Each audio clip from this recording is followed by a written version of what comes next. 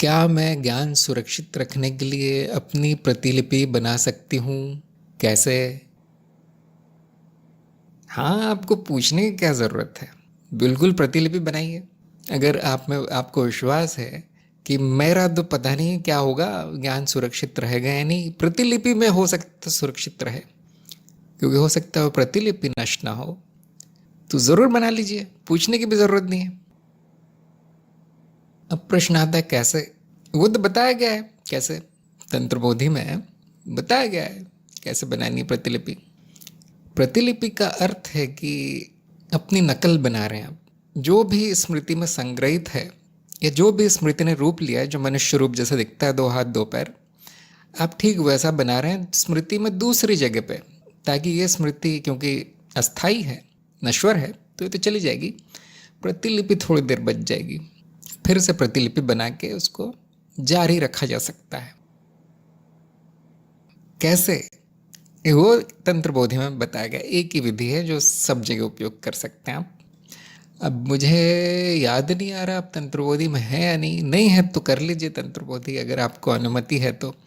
अनुमति नहीं है तो जो ये विज्ञान जानता है, प्रतिलिपि विज्ञान, उसके निर्देश में आप सीख सकते हैं, क्योंकि वो ऐसे सत्संग में बताने वाली चीज़ नहीं है। कई वर्ष लग जाते हैं उसमें।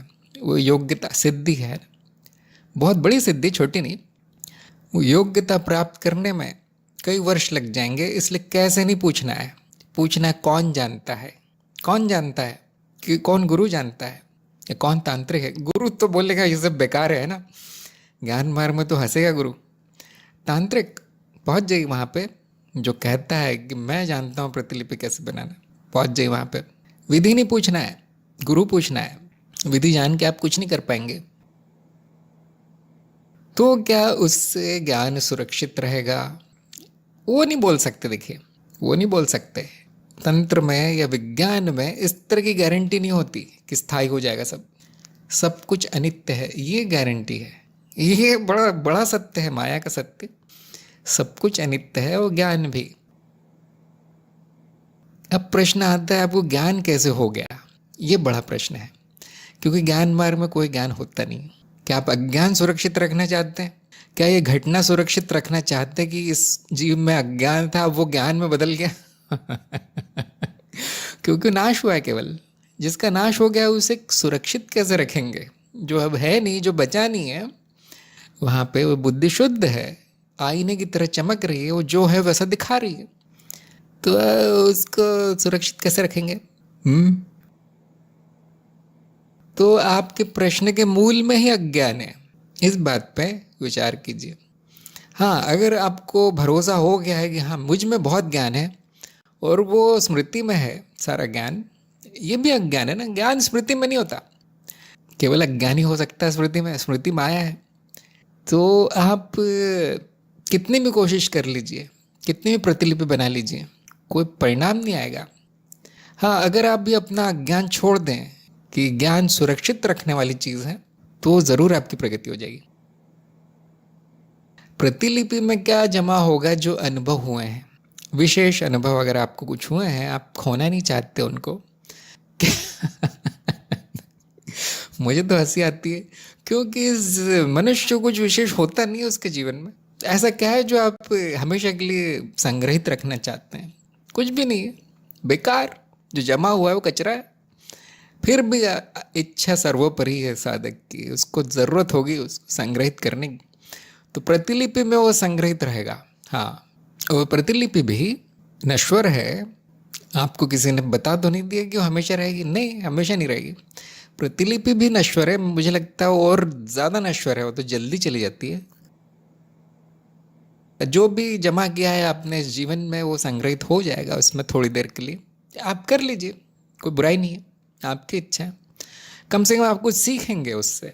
वो भी 20-25 साल कुछ लग जाएंगे उतनी सिद्धि प्राप्त करने में, किसी बड़े तांत्रिक के शरण में। बिल्कुल कीजिए, सभी को पूरी स्वतंत्रता है। अपना पागलपन पूर्ण कीजिए। आप लोग इसीलिए तो आए हैं, खेल है। आपकी जो इच्छा है उसको पूर्ण कर लीजिए, कोई मना नहीं है। बस उसके लिए खतरा उठाने की ज़रूरत नहीं है। अब मैं आपको राज की बात बताता हूँ। ये प्रतिलिपि का कार्य ज्ञान को सुरक्षित रखना है, कुछ भी सुरक्षित रखने के लिए नहीं है। तांत्रिक अपनी प्रतिलिपि बनाता है कुछ जमा करने के लिए नहीं, क्योंकि वो नश्वर है। क्यों बनाता है? कार्य करने के लिए। मान लीजिए आपको किसी से मिलना है और आपके पास समय नहीं है, तो आप अपनी प्रतिलिपि को भेज सकते हैं कि भाई मिल आओगे, कुछ काम है। जो प्रतिलिपि की आंखों से दिख रहा है वो आपको दिखेगा। सब लोग हंस रहे होंगे, ये क्या ज्ञानवार से कहाँ आ गए आप? ये तंत्र है, देखिए, यहाँ कुछ भी हो सकता है। तो आप किसी तांत्रिक को कहेंगे तो वो हंसेगा नहीं, वो आप हंसेंगे तो बुरा मान जाएगा। तो हंसना नहीं है तंत्र पे, होता है। कैसे जानेंगे आप? जब तक खुद नहीं करेंगे नहीं जानेंगे। अप्रोक्ष अनुभव से प्रमाण मिलेगा कि प्रतिलिपि नाम की चीज़ होती है, उसका अनुभव आप ले सकते हैं। और बहुत कठिन है, कई जन्मों की साधना के बाद हो सकता है। बहुत ज़्यादा विकास हो जाए मनुष्य का तो संभव है। वो प्रतिलिपि कार्य करने के लिए उसे फेंक देना है उसको, जिसे हम कहते हैं ना यूज एंड थ्रो। काम हो गया, फेंक, नष्ट कर देना है प्रतिलिपि को। कुछ सुरक्षित रखने के लिए कभी नहीं उसका प्रयोग किया गया, कम से कम मैं तो नहीं जानता। और मैंने तो कोई प्रतिलिपि बनाई नहीं है, तो मैं वैसे भी नहीं जानता। देखिए, वो सब अज्ञान है मेरा, सुनी ही बातें, प्रमाण कहाँ से लाऊं मैं?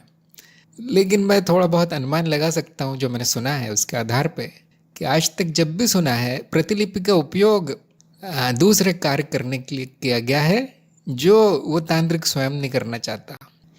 मान लीजिए किसी की कोई सूचना लानी है कहीं से, वो बैठे बैठे देख नहीं पा रहा है, प्रतिलिपि भेज दी जाती। युद्ध करना है तो ऐसी 100 प्रतिलिपियां बना के भेज दी जाती है। इस प्रकार के वर्णन मिलते हैं प्रतिलिपि के उपयोग के। जैसे गुरु को शिष्य को कुछ संदेश देना है, वो गुरु क्षेत्र में बहुत ऊपर है अपने लोक में, वो इतना कष्ट नहीं करेगा शिष्य तक पहुंचने का। वो प्रतिलिपि भेज देगा जो कि छाया की तरह होगी, छुई मुई, कि वो 5 मिनट प्रकट होगी, वो कुछ बोलना बोलेगी, थोड़ा सा संदेश देगी, गायब। कभी कभी उस शिष्य की आंखों के सामने गायब हो जाएगी वो, धुआं।